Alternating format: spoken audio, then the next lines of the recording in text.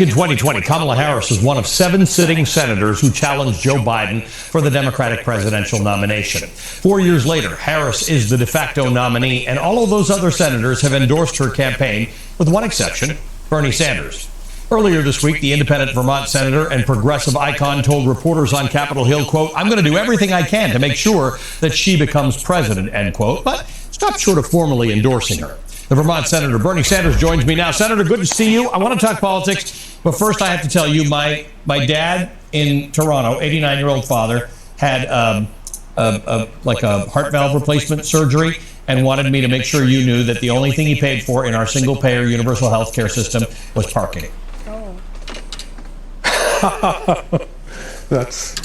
Well, I would hope that everybody in this country hears that, because we remain the only major country on earth not to guarantee health care to all people. A lot to be learned from the Canadians. Which would be great if that could be on the next president's agenda. It would involve more than winning the White House, but it would be great if we could get to that point. Whatever model one wants to choose, they're all kind of better than ours. So what is it that you would like to get in order to get your endorsement? What sort of commitments are you looking for from Vice President Harris? All right, look, I'm going to do everything I can to defeat Donald Trump, clearly the most dangerous president in our history. Somebody who doesn't believe in democracy, the right of women to control their own bodies. We don't talk about it enough. This guy thinks climate change is a hoax in the midst of us experiencing the warmest day on Earth on record. So he has got to be defeated. What I have worried about, as you know, Ali, for a long time, is it pains me as somebody who comes from a... Real quick, he called Chris Hayes Ali, and that's not, he's on the wrong show. But anyway, I'm just saying that because this guy is old too, and Bernie is pretty sharp, but you get to a certain age, you should step down. Not necessarily because you may not be sharp enough to do the job, because he definitely is, but he should probably step down just because of his age. And this country is to a point where people in their 40s, 50s, 60s should probably be setting the policies and moving us forward, and not a guy as old as him. And I'm just kind of mad at all the old people right now. Working class family, that right now a majority of working class people support the Republicans, who could care less about the needs of working families. And I think that has a lot to do with the fact that the Democratic Party has, over the decades, turned its back on working people. For decades, the Democratic Party has turned its back on working people. So at last, they're running to the Republicans, and the Democrats are like not understanding it and expecting them to never leave. It just doesn't make any sense. And he keeps speaking about working people, but some of those things are specifically related to what we as black people are doing too, as far as this election. But he hasn't said anything about us specifically, and they rarely do. And I think an important exception to that is Joe Biden. Joe has been the first president in American history to walk on a picket line, appointed a really strong Secretary of Labor, good people, National Labor Relations Board, and I think has put together the most progressive agenda and accomplishments of any president in modern history. But what I hope we can do in this campaign is let the working class of this country, white and black and Latino, understand. No. Quit lumping us with white and Latino poor people. We are descendants of slaves. We are poor, but we're a special case. So when you come up with policies and plans for the country, leave us out of that. Put us by ourselves. That we understand the pain that they are experiencing. You know, we are looking at massive income and wealth inequality. Ali, the truth of the economy now, people on top are doing phenomenally Caught him Ali again. Oops. well. 60% of our people live in paycheck to paycheck.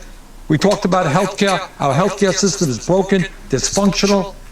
We got half of our elderly people trying to get by on $30,000 or less. We have a child care system totally broken. We have got to start paying attention to the needs of the working class of this country and stand up to powerful special interests who have enormous power, not only in the Republican Party, but I have to say in the Democratic Party as well. Which means the donors have a lot of power, and the president and whoever they give that money to better listen to him. That's all he's saying. We ain't got no money, we just got to vote, and they tend not to listen to us because we don't leverage our vote. You got to, I mean, clearly you've had this list because you can rhyme it off the top of your head. Are there particular commitments you want from Kamala Harris that you felt like you had from Joe Biden? Well, as you know, President Biden supported a 100-day agenda, said that in the first 100 days, he would do things like expanding Social Security benefits. All right, 25% of our people, elderly people on Social Security, living on $15,000 a year. We can do that by lifting the cap on taxable income and extend the life of Social Security by 75 years. Medicare. Well, look, between you and me, as you well know, the Congress is not ready to move to Medicare for all, which I support. And it ain't it. The Congress ain't ready to move on reparations either. He won't tell you that. Kamala won't tell it. Who is going to tell us that they're not going with it? The reparations ain't happening. Just tell us the truth. Tell us what your real agenda is, and then let us vote accordingly. Don't lie to us for our vote any longer. But you know what you could do, and what the President Biden wants to do? Expand Medicare to cover dental, hearing, and vision. All right? We can raise the minimum wage to a living wage. We can cancel all student debt. We can put a cap on rising rents in this country and build millions of units of... Yeah, and the owners will not go for it. Nobody buys real estate just to get it capped by the government so they can limit the amount of profit you make. People buy real estate to get rich. So unless the government's going to buy the real estate, I don't know how they're going to pull that one off. Affordable housing. We could deal with the child care crisis. We can do those things and more, and make it clear to the working class that we are prepared to take on the big money interests who have never had it so good. And by the way, in the midst of all this, Holly, we got to start talking about a corrupt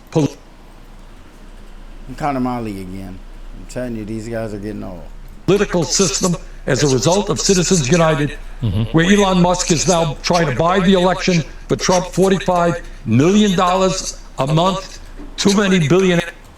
So if they donate $45 million a year to Trump's campaign, they call that theft of a campaign.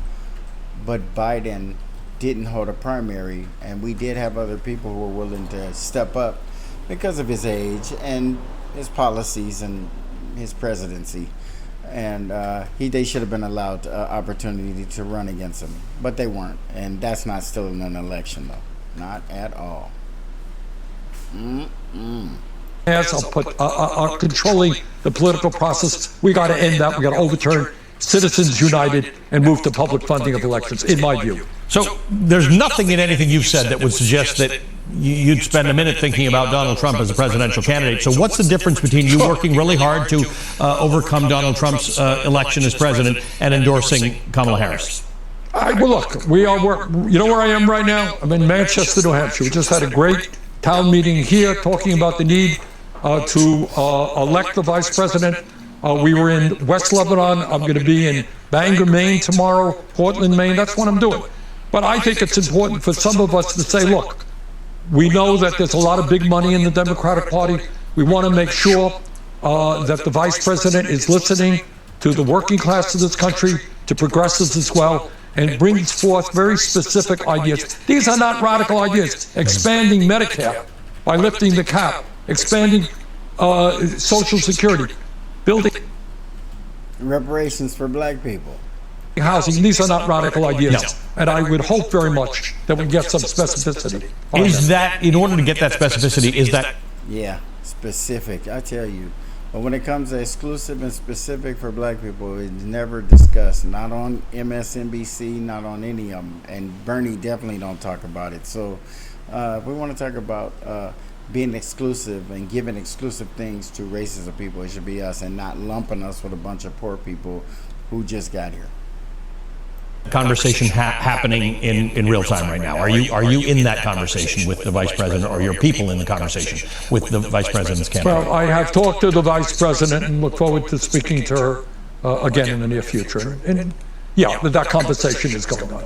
Got it. Talk to me about what that would do for you differently. In other words, you getting those assurances, you're going out there, you're telling people in all those places you just named that they've got to vote for the vice president. What will happen when you get the assurances you want, which I suspect you'll get? I hope I do get them. I hope I do.